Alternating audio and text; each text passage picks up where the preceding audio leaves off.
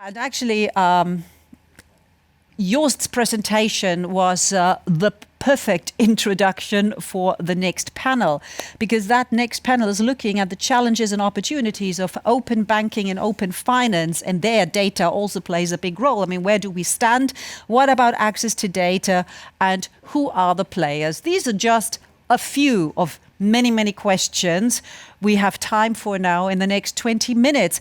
Sebastian Langrer, he's CSO Market Strategy and Sales at Frenchsurance. He's going to host this panel. I hope he is online and he's ready to take it. Sebastian, I would hand over to you. Thanks. Happy to. Let's get it started then. And yeah, just a couple of days ago, Bitkom has announced that the number of online banking users has again increased. From 2020 to 21, during the pandemic, the number of online banking users older than 65 has almost doubled from 22% to 39%. And in Germany, 80% of the people are using online banking. Online banking is, of course, not open banking, but maybe a part of it. Thanks, Bitkom, and thanks, Fabian, for the invitation. I am Sebastian, CSO at Fintechs, digital bancassurance specialist and InsurTech based in Berlin. Super honored to host this round with great and smart people. An open discussion around open banking, even more fun than open restaurants these days. And on this beautiful day, about our experts and wonderful guests, happy to have you here. Please introduce yourself in 3 sentences. Who are you? What are you doing professionally? What's your point of view on open banking and open finance? Are we there yet, or are we still living in the woods? Who would like to start? Lea. Okay, I'm happy to do so. Thanks for the invitation and thanks for having the opportunity to join this hopefully amazing panel. I'm Lea, as you have already said. I'm initially a lawyer being specialized in capital markets and regulatory law. And now I'm working for FinLeap Connect, an open banking player, regulated payment institution seated basically in Berlin, in Paris, Milan, and soonish in Portugal. And then your last question was, what's my point of view on open banking and open finance, whether we are still living in the woods or are we already there yet? So I would say it's somewhere in between. We are not in the woods anymore, but we are not yet there. And this is also what makes this panel and my job so super interesting, because and we will be discussing this, I think, within the next 40 minutes. There's so much more to come and so much more to make better in the near future. So that's it from my side. Thanks. Cool, thanks. Over to you, Adam. Thanks, Sebastian, and thanks again, Bitcoin, for the invitation. So my name's Adam Gagan. I head up government affairs for American Express for Europe, Middle East, and Africa. That essentially means I spend a lot of my time with policymakers, so people in ministries of finance, people in regulators like BaFin, talking about the rules that we will have to live and breathe by here in the payment space. I started out as a dull bureaucrat in the European Commission, then I spent the last 15 years or so in the private sector in Asia and in Europe, dealing with data and financial services. So thanks again for inviting me. I think in terms of open banking, to keep it short and sweet, we love it at American Express. I love it because it keeps my job, like Leah's, very interesting and challenging, given there's quite a bit of regulation around this space. But I think we're still very much at the beginning of the journey. While there's some great opportunity and potential to empower consumers and small businesses, that really hasn't yet been fully delivered. So I'm excited about the future, but there's still quite a bit of work to be done yet. So thanks, Sebastian. Back to you. Thanks, Adam. And from London over to Munich and Caroline. Hi, Sebastian, Lea, Adam. Hi, everyone. It's great to be here. I'm Caroline, Chief Legal and Regulatory Officer at Fintechs Systems, the leading open banking platform in the DACH region, and a financial expert for strong and innovative banks and fintechs. I'm in the fintech industry for more than 10 years, starting at Sofort Klarna, at the very beginning of open banking and the foundation of PSD2, and now representing Fintech Systems in all legal and regulatory affairs. In the last decade, open banking has developed massively, has received a regulatory framework with PSD2, and is established in numerous use cases, such as PFM tools, credit application process, or payment initiation. We are still not at the end of this development, and many use cases can be even made more convenient, useful for the customers with open finance. And I think open finance creates more competition, innovation, which in turn will bring exciting and interesting, valuable new services to the market. Cool, super, thanks. Super excited about hearing more about use cases and innovation and where we actually stand in terms of user behavior. So open banking has been a topic over the years now, a hot topic over the years now. Let's speak about trends in open banking and open finance and about the use cases. Leah, you are a legal expert and you have studied in Asia, in Beijing. What does Europe have in common with Asia regarding culture, tech, mindset, or user behavior? Or where do you see differences? At which markets are you aiming at with FinLeap Connect now? Is it China? I personally would love if it's China, but let's see, because getting back to your question, whether we have a lot of things in common, the Europeans and the Asian people, I would say there is not much. This is due to the fact that we have a completely different education and we have a completely political regime we are living in. And also that like the Chinese people are not that are more open when it comes to data. I mean, you are from the insurance sector, so you have observed it, I'm pretty sure as well, that they are more open when it comes to data sharing. And all of us know that we in Europe, we are very sensitive when it comes to sharing data, but also when we are talking about a successful open banking environment, the thing we would need is like access to data, because this is what it is all about. And at the end, it serves also the customer to provide like better services. I think the interesting thing about China when talking about open banking is like definitely the end goal, where all of us have observed the amazing development they did with open banking. And of course, the IPO has been stopped and then the regulation in China got stronger. But what the end group clearly shows is that we all are with open banking on the right track, because there are a lot of opportunities in terms of growth and in terms of services, in terms of creativity. So I think it's interesting to watch China and to observe it, but at least my personal opinion is that they are two complete different markets. But let's see. And I think one last word in terms of growth stories, we have to meet somewhere in the middle when it comes to data, to consumer protection and stuff like that. But I think it's really an interesting market. We all have to observe, and we have to do a lot of exchanges and learn from each other. All right, so not China at the moment. Then what other markets are you aiming at with FinLeap? What is your goal here actually? Is it Europe and PSD2 or SEPA Europe, or where's your largest market so far? I think for now it's Europe, and then I think there are different markets we are already working with. It's still confidential, but it's going to be a big story, and it's going to be very exciting what we are planning. But first of all, Europe, and then let's go east. Awesome, step by step. Let's think big. Over to you, Caroline. I think it is called a nice and smooth exit. Tink has just bought Fintech System. I still remember the beginning of Fintech Systems, actually. So super happy for you. Congratulations. The plan is now, as I read online, to conquer the open banking world in Europe. With PSD2, there should be a unified and settled environment regarding regulations and tech. But how about the use cases? Is user behavior really compatible from a German customer to a French customer, for example? I think you have studied in France, dans le Sud. What are your observations, Caroline? Thank you, first of all. Yes, I'm excited to conquer the open banking world in Europe by joining forces with Tink. Sure, there should be a homogeneous regulatory and technical environment with PSD2 there is one legal framework that allows the access to payment accounts and that allows TPPs to register in Germany, registered in Germany, to provide its services across the EU. But the fact is that the different NCAs have interpreted the PSD2 differently, and that are still substantial hurdles that hinder the implementation of PSD2 across Europe.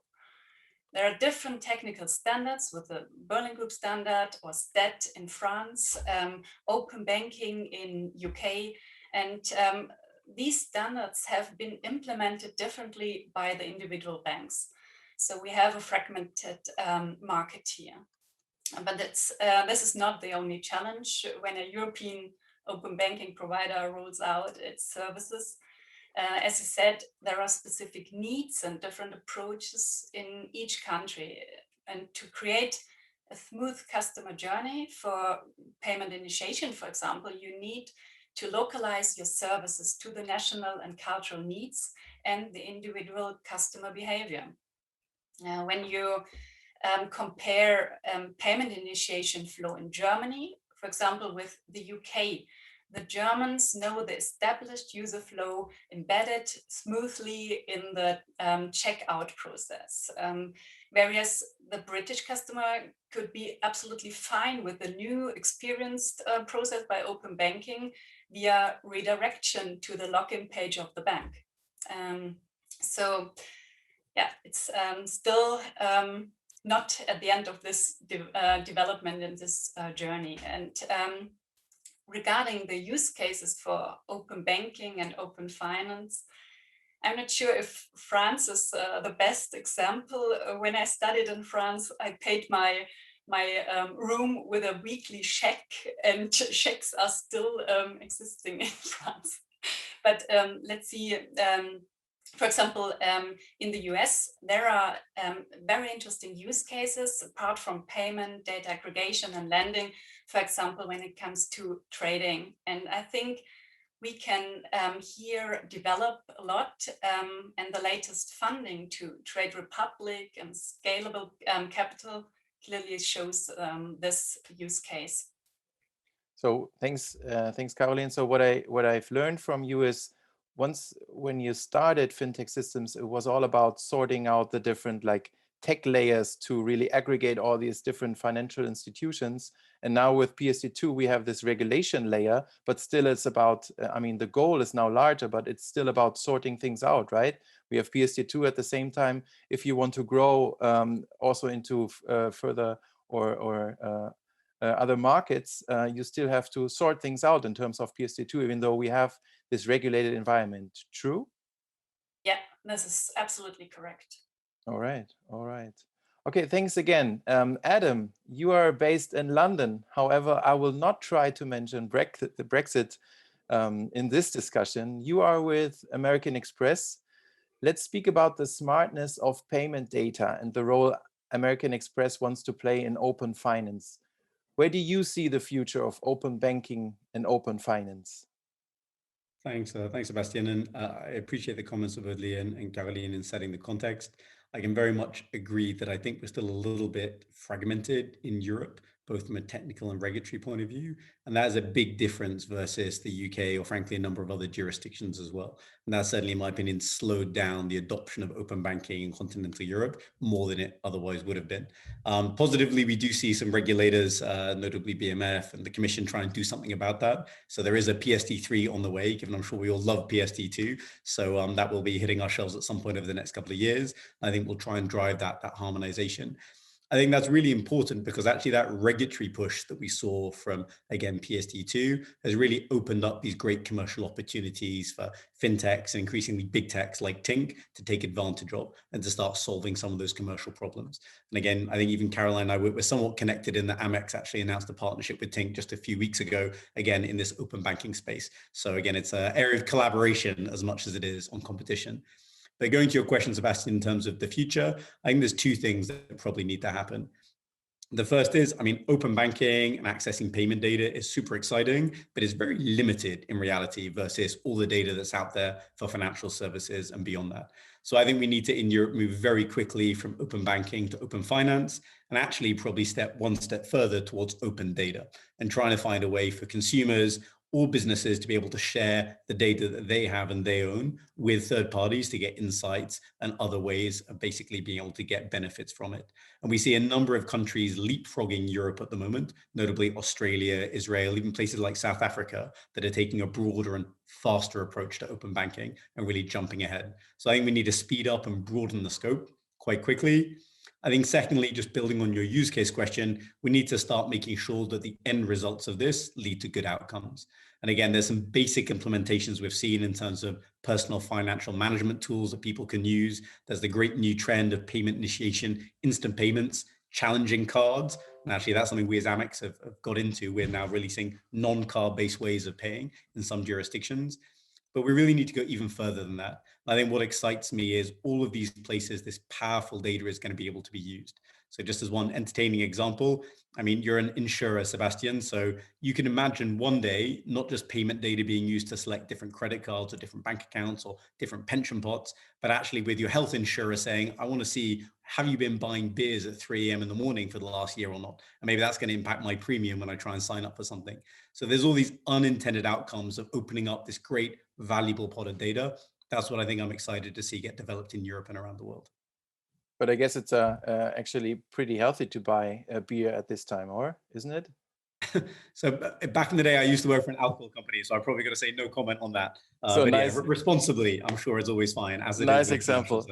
And did I get it right? Is the PSD3 from your perspective? Is it more than like PSD2 but smoother, or is it more about accessing data a lot easier, or is it also connecting with different data pools or different data rooms, such as, I don't know, social media or insurance? Yeah, so I think it's probably all three. I think it's going to push for more standardization across Europe because that is continually a barrier to having European homegrown champions really emerging. Secondly, I think it's going to go a lot broader and potentially capture elements of big tech. So again, there's a big political discussion that needs to be had before that gets adopted. But I think that's the intention of where policymakers want to go. And I think that's probably the right thing to do. Let's broaden this out. Let's let competition and choice reign free. And we're all going to have to work a bit harder to keep our customers. That's probably a good thing for those customers. Okay. And I think that's really interesting what you say, Adam. Sorry for jumping in, but I think that's the most important thing when we are discussing the future in open banking. You mentioned the leapfrogging, which can be currently observed. So I think for us as Europeans or UK citizens, it's very important not to fall asleep when it comes to the development of our regulation, because otherwise it's going to be the same as we can observe in regards to the cloud service providers, right? Europe doesn't have like a big player, and I think definitely we should avoid like being again the last one in the line and only see like service providers offering their financial services in open banking from like the States or let's say China or whatever. So I think that's the most important thing we should all push for, that we further develop our PSD2 regulation and that we do, you know, the next step.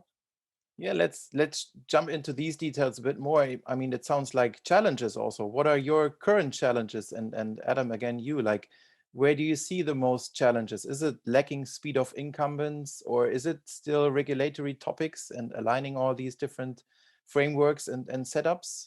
Where do you see your current challenges, or the largest challenges that you have that keep you back? Yeah, I think there's probably two that I flag. I think one is that lack of harmonization across Europe. You know, Europe's a big market with, you know, hundreds of millions of potential consumers. But to actually access that, you've got to really work with 27 different regulatory jurisdictions in reality. And actually, even in those regulatory jurisdictions, individual banks are doing slightly different things. So just building the tech and getting it out the door takes a lot of time, takes a lot of money. And certainly when you look at places like the US or the UK or other jurisdictions, you can probably put that same investment to better use in other areas. So I think that's one thing that, again, we really want to see fixed in Europe relatively soon, which is to drive more competition by getting more harmonization and standards. And again, I think there's a lot of people in Germany that are pushing for that in the ministry and BaFin and others. And I think that's going to be delivered on at the European level. It'll just take a little bit of time. So that challenge is big, but it's being solved potentially. I think the second big one for me is just trying to find something which is a game changer for the consumer. And at the end of the day, there's a lot of great things that open banking can unlock. But at the end of the day, they seem relatively incremental so far. And actually trying to find a reason for a consumer to download this app or take up this great new use case, I still haven't really seen totally convinced. And if you look at the uptake of open banking products and services, generally you still see large banks that have the primary account with the customer. It's generally those apps are the ones that people are actually using day in, day out, which just has the data aggregation built into it. So I think that I'm still waiting for the brand new use case where myself and I'm going to tell my wife and all my friends to download it so they can suddenly do something cool and new. And so that's what interests me and I think is a challenge, finding a way to get something that's useful for someone and probably a way for people to make money with that as well. Yeah. Okay. Over to you, Caroline. Challenges or even use cases. What keeps you back? What keeps you behind? I'm pretty sure it's not integrating the integration of Tink with fintech systems because you're all very open-minded and that's a strong partnership. But where do you see challenges also in terms of, I don't know, user behavior? Is it always about tech and regulations, or is it also about different consumer behavior? Yeah, I think first of all, it's really the technical integration and to neutralize this fragmentation in Europe. And this is what me as a chief legal and regulatory officer keeps me busy all the time. It's really, I think that to neutralize this fragmentation in Europe would really accelerate the implementation of open banking, and I totally agree to Adam. I think the challenge is really to raise now those existing obstacles in the different countries to the NCAs, requesting a timeline for the identified obstacles and to be solved, and request to leave the direct access to the customer interface open as long as those problems are solved and the APIs work smoothly. Another challenge for us, for fintechs in general, is to create use cases and roll out the use cases in this fragmented regulatory environment. For example, the use case identification, where you need to consider the different KYC, AML requirements in the different countries.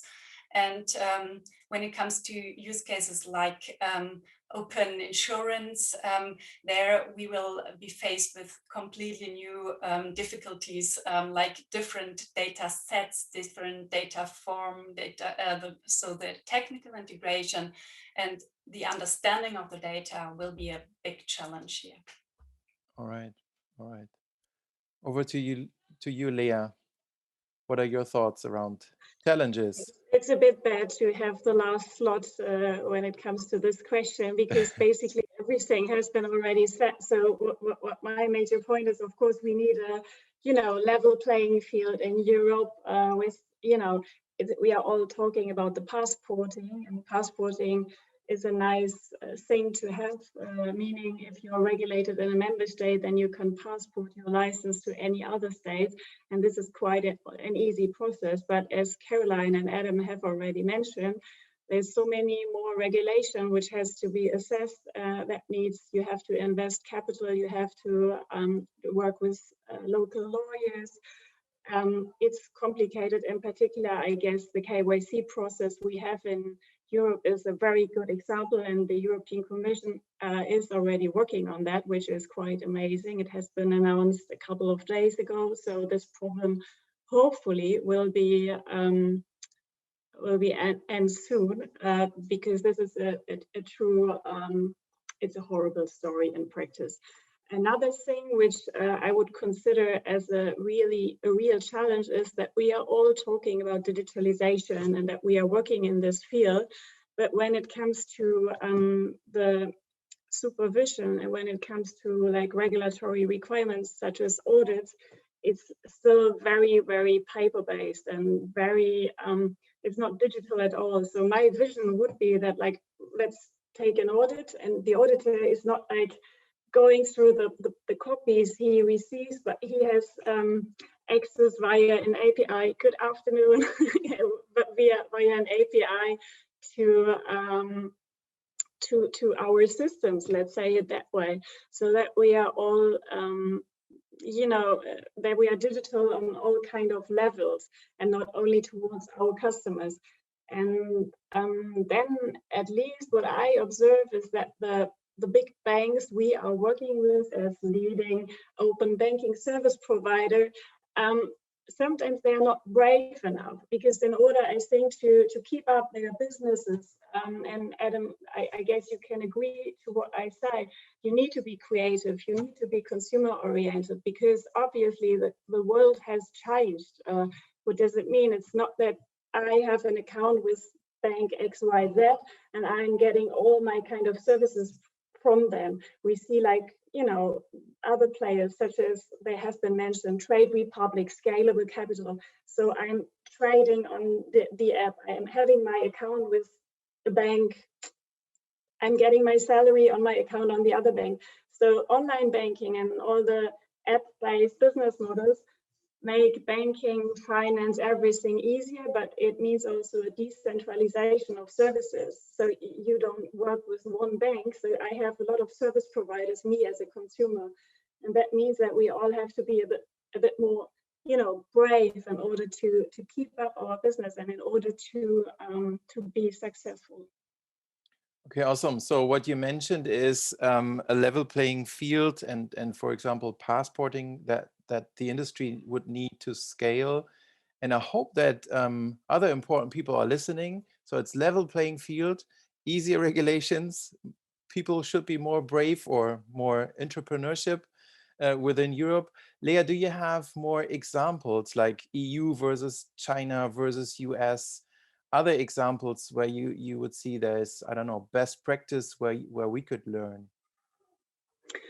To be honest, I don't have a concrete example, because I think this is really difficult to give. I think there are so many examples if you just look around and observe different market players and how they do their business, that it's always easier to observe than to work internally. I mean, I have been working as a lawyer for like 10 years, advising a lot of fintechs, like in the UK, in Germany, and other European countries. And I was always like, why is it so complicated? Why don't they just follow the just do it approach and, just go for it? But when you are internally and you see all the processes, when you're in-house and you observe all the processes and the stuff you need to take into consideration, you need to also, then it's difficult to evaluate what we need to scale. But I said it already, I think in terms of leapfrogging, which has been mentioned by Adam, we have to be more brave and on so many levels in terms of regulation, in terms of business ideas, in terms of creativity. But examples, I mean, I think a good example is the Ant Group, because well, it's quite obvious that what they did is quite successful, but it's also a completely different, regulatory environment in China, which is not easy to compare to Europe, and in particular to Germany. Understand. Carolina, over to you. Anything to add from your perspective? I totally agree to Leah, and I personally cannot compare China because it's what I see in China is a sole position of one system, one provider that is supervised by the state, and this is not what I see as open banking, open finance, because open finance means, for me, means data exchange, competition, and the freedom for the customer to choose the respective services. So perhaps not the best perspective here, but the regulatory challenge at the moment is really to define an open legal framework for tomorrow's innovation. All right. Thanks. And anything to add from your side, Adam, or from American Express? Any secrets that you could share with us? What can you do differently? We do too much, so it takes too long. Let's share secrets. It's just the four of us, actually. I'll share something which I see talked about a lot, just knows that best practice from outside of Europe. I think that two concepts, reciprocity and basically kind of mutual recognition are two concepts which we need to embrace in Europe. So reciprocity, I think they're adopting in South Africa and other jurisdictions, which says if you're going to aggregate other people's data, you need to allow other people to aggregate your data. So it's kind of, let's say, the big tech clause. So if Google wants to launch a great new data aggregation service, it better open up its data silos to third parties, including big banks in Europe. Again, I think that's something which people are being talked about, but I think Europe will probably need to focus on going forward. Whether that's a good idea or a bad idea, I'm not sure, but it's definitely going to be a live debate. I think a second one is I think Europe needs to be a little bit more relaxed over enabling new fintechs and others to come in to the jurisdiction. So a place like Israel is saying, if you've got a license in Europe for a data aggregation service, come to Israel. We'll give you a nice expedited way so you can start launching your services here. Again, I think that's really the mindset we need to approach this new wave in. It's innovation, it's competition. Let's make it as easy as possible for a great new service to get launched here in Europe, because that's going to make us all work harder and help European citizens and European businesses. And it's those outcomes in the broader economy where actual real change is going to get delivered. I think that bravery that Leah talked about, you definitely need it as a company. You need to accept data is now in the hands of your consumer, and you've got to convince them to give it to you and to share it with you. You've got to do good things for them with it. And that's a real mindset shift, right, for a lot of companies, including ours, that we've gone through over the last 10 years. But secondly, I think policymakers need to be pretty brave as well. When they look at AI, when they look at digital identity, all of these things that they're looking at regulating, they're all connected to this idea of opening up data. And I think we need to start doing these things in a slightly more joined up and fast and ambitious way. The only problem we have observed in the last couple of months, and this has definitely destroyed the being brave approach in politics and also on the level of the supervisory authority, were like the big two scandals we had. So there was a huge step back, and now it's more about having fear when the word fintech is like spoken out. So I guess historically it was a catastrophe for all of us. But now I think our task is to create trust while being super compliant and in line with all the regulations, and to make sure towards the customers we are working with that everything is completely fine. And this was not a typical fintech accident, but it was just something which could have been done by every company. Yeah, it feels a bit more like friendly and cooperation mode also in the insurance industry, for example, where fintech just started and then insurtech just had a much more friendly environment, if you want. That leads me to the last question, almost the last question, and let's speak a bit more about market and business and competition. And open banking also opened the business for third-party providers, fintech startups, like you just mentioned.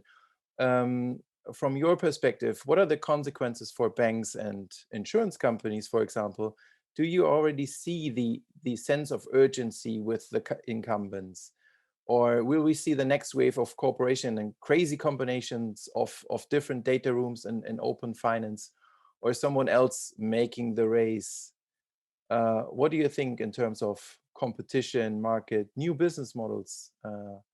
What is there? What does the future bring? Who wants to start?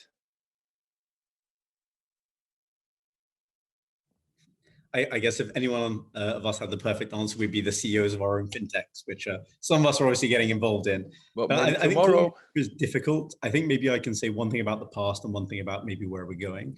I think in pretty much every jurisdiction where open banking has taken off, the largest incumbent banks have been the most scared of it at the beginning.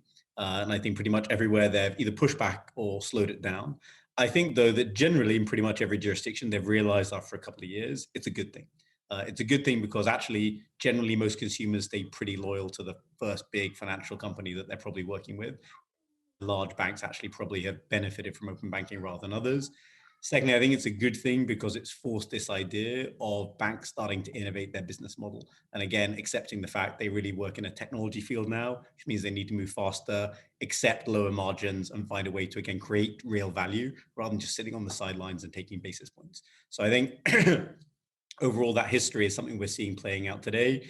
I think going forward in terms of the commercial models, Really what's going to be exciting is when non-financial players start using financial information to offer new services. So it's the Uber example where, you know, GPS and a smartphone never really was seen as disrupting actually the black cab industry, but probably it's had one of the biggest impacts, other than me and my wife not having to debate about direction finding when driving, on people's really day-to-day lives. I think that's going to be the future, which is people not looking to offer better financial services with open banking, open finance data, but actually offer completely brand new experiences for people based on it.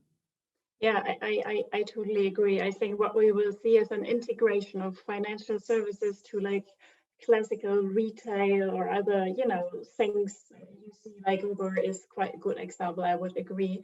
And I would see this as a chance, because you can also see it that way if we are talking about white labeling or, you know, other buzzwords that we can observe in the market, like banking as a service, embedded finance, verticalized banking, contextual banking. It all describes that the ones that are specialized in, let's say, us, we are licensed and we are the compliance star, we can offer our services to other parties that would like to offer these services again to their customers. So it's like, do what you do best approach, like the next steps to the industrialization, like having different players for one product. And at the end, I think for consumers, this offers a new perspective of like less expensive, more consumer friendly services. This is what I would see in the near future, that we do lives better. So I think this is at least my personal vision. Totally agree. And I think the disruption really strengthened the market and will help to create new product and new competition. And what banks learned, and also insurance companies can learn from PSD2 is they need to think from the beginning about value-added services that they can deliver on top of the pure data set, the pure raw data.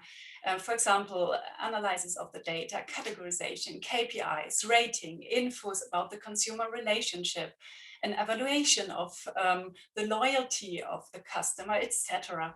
So I think I see a lot of use cases added on top on those pure data. And as soon as they open up this box of data, we see new use cases and new creating market. Cool. Thanks. Yeah, I totally agree. Also, looking at or into the direction of insurance companies, I'm in love with the digital bank account check when it comes to insurance. That's pretty awesome. Still, it's not crazy.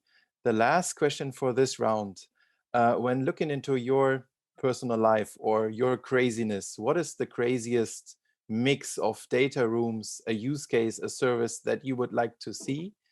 That has to do with open finance and accessing other data rooms, but still it's not possible because of accessing the other data pool. Is there anything crazy you could think of, make it up, or it's already there, but no one has implemented it yet? We have 1 minute for this last answer. Anything you would like to answer here? Crazy use case, Lea, Carolina, or Adam? What's going to be possible in the future?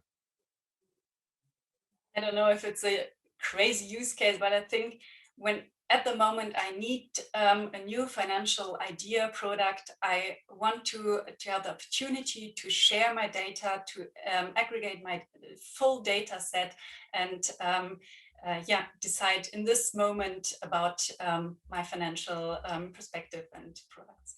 Comprehensive and recommendation. All right, thanks. 23 seconds. 11 for you, Lea.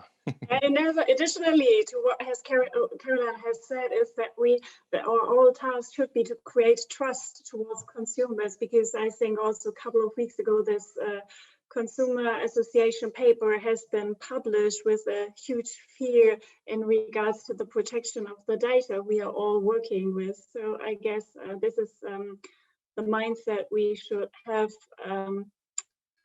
Do it in a very compliant and sensitive way. We avoid any kind of scandals or something, so because data is sensitive, and we all know that it's a dangerous field we are working on. But it's doable, definitely. So open finance gains trust. Adam, anything from your end? So in 10 seconds, what excites me is my financial data plus my health data plus machine learning to tell me how to be basically a healthier person and live longer. And that's not just for me, it's also for my 3.5-year-old and my 1-year-old. So when they're old enough and they have control of their data, they can be told how to live, a productive life. Because, payments regulation is super exciting, but, there's a lot more to life as well. So I think anything that can let us all live a healthier and happier lives after the last 1.5 years we've all had would be very welcome.